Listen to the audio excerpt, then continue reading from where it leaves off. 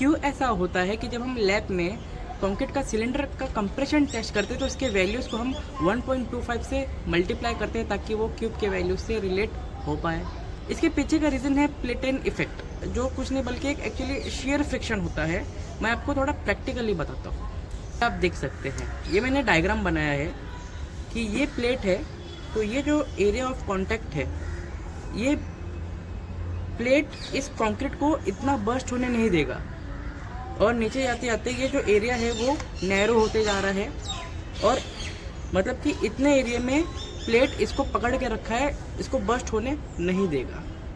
और ऐसे ही bottom plate का भी है, इतने एरिया में प्लेट कंक्रीट को बर्स्ट होने नहीं देगा।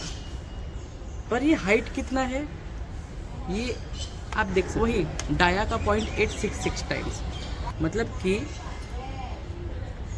अगर ये 15 सेंटीमीटर का है तो ये हाइट हो जाएगा लगभग 13 सेंटीमीटर। तो 13 सेंटीमीटर यहाँ से नीचे, 13 सेंटीमीटर यहाँ से ऊपर, तो बीच में ये थोड़ा सा ओवरलैप भी करता है, ओवरलैप। तो इससे ये समझ में आता है कि जो इतना एरिया होता है कंक्रीट का, क्यूब का, इतना तो बर्स्ट नहीं हो सकता। अगर इतना बर्स्ट हो जा रहा है तो फिर वो अनसेटिस्फैक्ट्री फेलियर है। अगर इस तरीके से बर्स्ट हो रहा है कि ये साइड साइड के बर्स्ट हो जा रहे हैं, फिर वो सेटिस्फैक्ट्री फेलियर है। ये तो हो गया क्यूब का। ये सिलेंडर है, इसका डाया है 15 सेंटीमीटर और हाइट है 30 सेंटीमीटर।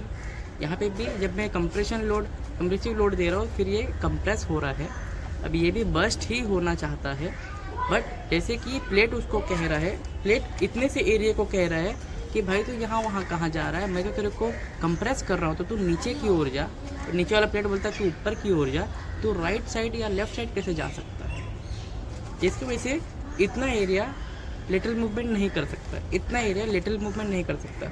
वही डाया का 0.866 टाइम्स, 13 सेंटीमीटर नीचे से 13 सेंटीमीटर। अब क्योंकि पूरा 30 सेंटीमीटर है तो बीच में 4 सेंटीमीटर बच जाता है। तो ये जो 4 सेंटीमीटर है, यहाँ पे प्लेटेन इफेक्ट नहीं काम करता, जिसकी वजह से सिलेंडर यहाँ से ब्रेक हो जाता है। जिसकी वजह से सिलेंडर क्यूब के कंपैरिजन में थोड़ा जल्दी ब्रेक हो जाता है। कितना जल्दी ब्रेक होता है, स्टडी से ये पता चलता है कि सिलेंडर में क्यूब के कंपैरिजन से 80% ही स्ट्रेंथ आता है। इसलिए क्यूब का जो भी स्ट्रेंथ होगा, इसको 0.8 से मल्टीप्लाई करोगे तो आपको सिलेंडर का वैल्यू मिलेगा। सिलेंडर का जितना स्ट्रेंथ आएगा उसको 1.25 टाइम से मल्टीप्लाई करोगे तो आपको क्यूब का वैल्यू मिलेगा। इसलिए कहता हूँ know something different, know civil engineering with Kundan.